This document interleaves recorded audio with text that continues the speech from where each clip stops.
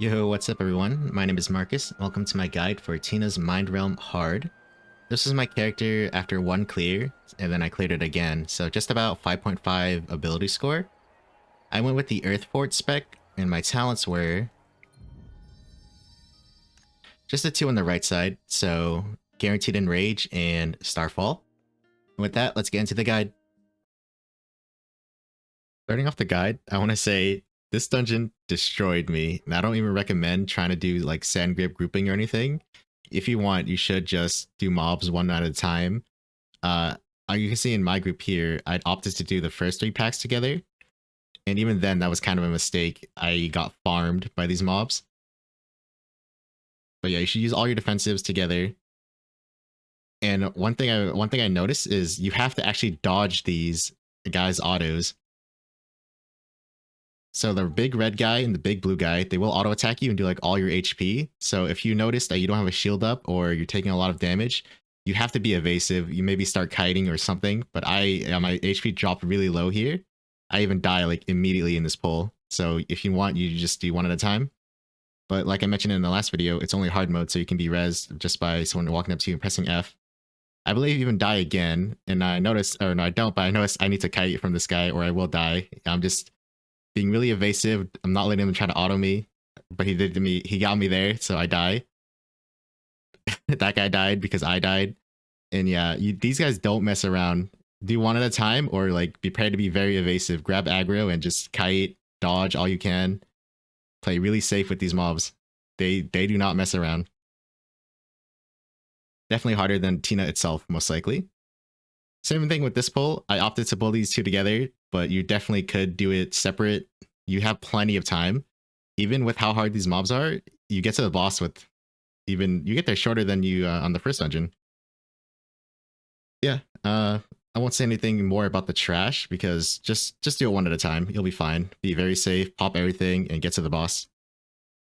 Moving on to Tina, you want to make sure that you point her away because she's going to be doing frontals and also splashing auto attacks. Very easily dodge the frontal. Her first mechanic is going to be the purple circle here. And this one's simple. You just, whoever has it, just presses their interact button, either tilde or I have it bound to G. And you just pass it to someone else. You can see I have the debuff on the bottom left, void sigil. It's counting down from 30. You just pass it to anyone before the timer goes down. The next mechanic is this red circle on the marksman.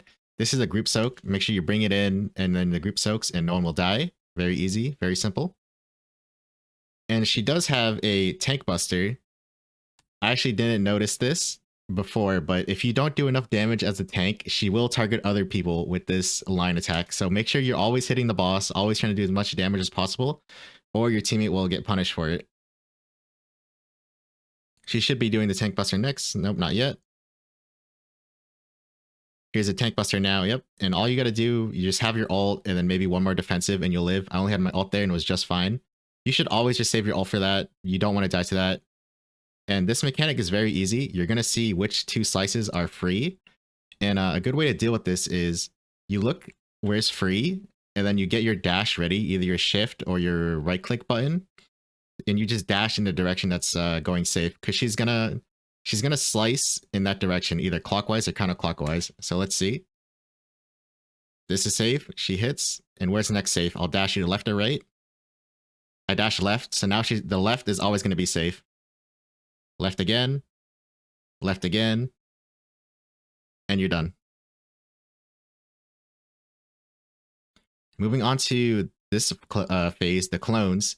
You can attack whatever you want, but they actually move in a different order. So if you look at the one on the right, that's the one moving first, and the other 2 are still looking away. You're probably going to have to kill the one that's moving first in a later difficulty, but with our DPS, this skill, or this level right now, you can just kill whatever you want. I'm attacking the wrong one. Pretty simple, just kill them all. Next should be the wardrobe phase coming up. You've seen this in all difficulties, pretty simple. One tip is you stand, she always swings from her right.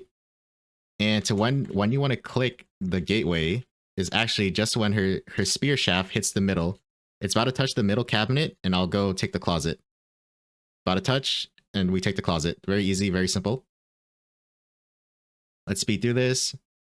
Always hair right. So right in the middle, click. Someone died, but he opts to beam. And a tip for this mechanic actually is you can use your Phantom Rush ability, your E, to get out. You can't trust people in this game, so just take responsibility for them. Okay, we break it here, but I'll show you guys that later. So if you have the damage for it and it lines up, breaking that mechanic's really good. Here's another group soak. Yep, and it's just gonna repeat. She's eventually gonna use a tank buster, and as long as you're hitting the boss as the tank, she should target you with the tank buster, and then you can counter it very easily right here using your ult plus another ability. I'd use my 4 and my ult, and I'm perfectly just fine. And things repeat. You see the 2 safe slices, and you look, either it's going to be left or right, and just follow that trend. So it's left, left, left again.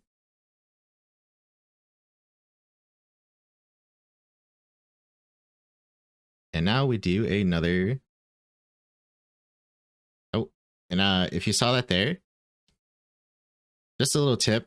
What I did here to check while she was in a damage immune phase was I went to check her enrage time. That little buff under her HP bar is when she's going to actually enrage. So you can see power sealed. We have 2 minutes and 30 seconds left before the boss enrages. Just good to know if you like. But yep, another wardrobe phase. Let's skip through this. Click in the middle. I'm just going to edit this out. More clones. So yep, you want to target the one that walks first, ideally. But with our damage level and gear level, you can attack whatever and probably be fine. But they do go in a different order.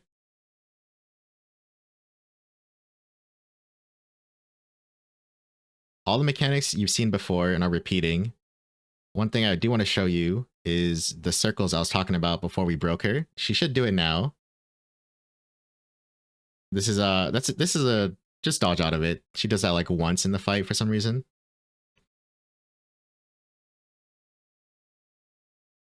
And let's forward ahead. All mechanics you've seen before. She should be using a tank buster very soon. I'm making sure I'm doing a lot of damage to keep aggro. Yep. And I just use my ult and my 5 button, and I'm perfectly safe, perfectly chill.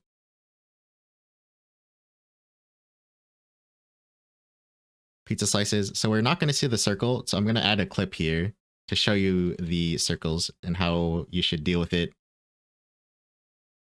But yeah, that's Tina hard. This dungeon was a lot harder than Goblin's Lair.